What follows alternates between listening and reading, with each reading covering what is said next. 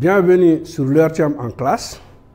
Aujourd'hui, nous allons commencer une nouvelle leçon de sciences naturelles en classe de 9e année dont le titre est l'appareil digestif. Cette leçon se présente en deux grandes articulations. Vous avez ce qu'on appelle la définition, la description. Donc, notre leçon, il y a deux volets essentiels, la définition et la description. Alors, nous savons naturellement qu'un appareil en anatomie, de façon générale, c'est un ensemble d'organes accomplissant une fonction particulière. Alors, ceci étant, qu'est-ce que c'est que l'appareil digestif en ce moment? L'appareil digestif, c'est l'ensemble des organes du corps qui assurent la transformation des aliments. La fonction particulière pour ces organes ici, c'est le fait de transformer les aliments. En grand 2, nous allons voir la description de l'appareil digestif. L'appareil digestif comprend deux grandes parties, le tube digestif et les glandes digestives.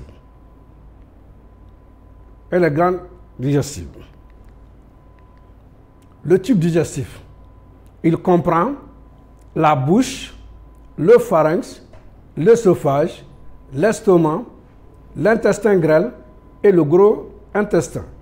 Revenons au schéma. Vous voyez ici la bouche. Vous voyez le pharynx. Vous voyez l'œsophage. Et vous voyez l'estomac. Vous avez l'intestin grêle et vous avez le gros intestin. La bouche, elle est limitée par deux lèvres, une lèvre supérieure et une lèvre inférieure que vous voyez ici. Elle est limitée aussi par les deux joues. Vous voyez les deux joues. Et quand on ouvre la bouche, on voit dans la bouche les dents qui sont portées par les deux mâchoires. Et ensuite, nous voyons la langue. Et au fond, nous voyons le voile du palais et nous voyons une petite glande mobile qu'on appelle la luette. Le pharynx. Le pharynx, sur ce schéma, vous le voyez, c'est l'endroit où les voies respiratoires et les voies digestives se rencontrent. Il est aussi appelé l'arrière-gorge. Quand on descend un peu, vous voyez ici, en rouge, ce petit tube-là, il est appelé l'œsophage. L'œsophage, c'est un tube qui a une longueur de 25 cm et qui longe, qui descend le long de la colonne vertébrale. Il se termine par une poche, ici qu'on appelle l'estomac.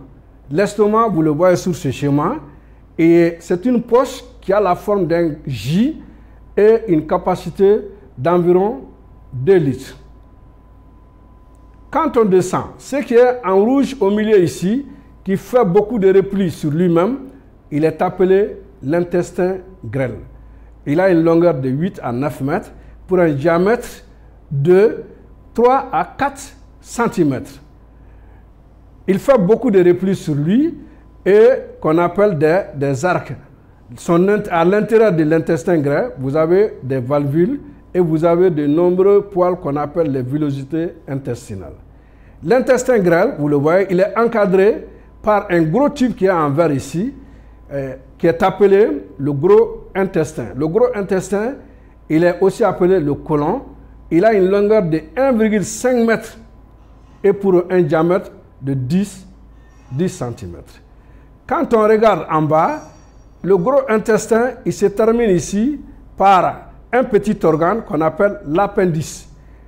Lorsqu'il y a une inflammation de cet organe, on a une maladie qu'on appelle l'appendicite et il faut en ce moment une intervention chirurgicale pour l'enlever. De l'autre côté, vous voyez que le gros intestin, il se termine par le rectum qui est là et le rectum est terminé par un trou qu'on appelle l'anus. Donc, en résumé, nous pouvons dire que l'appareil digestif comprend deux parties, le tube digestif dont nous venons de décrire les éléments, c'est-à-dire la bouche, l'œsophage, l'estomac, l'intestin grêle et le gros intestin. Ce qui m'amène à la deuxième partie de ma leçon.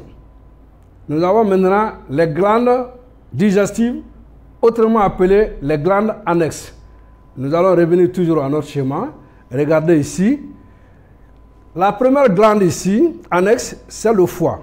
Vous le voyez, il est rouge-brun, il est volumineux, il a à peu près 2 kg de poids. Et sur sa face interne, vous voyez ici, une petite poche ressemblant à un petit sac qu'on appelle la vésicule biliaire. Cette vésicule biliaire contient en son sein un liquide sécrété par le foie qu'on appelle la bile. Alors, regardez ici, en dessous de l'estomac, vous avez ce qu'on appelle le pancréas. Le pancréas, il a une forme irrégulière. Certains l'identifient même à une feuille d'arbre.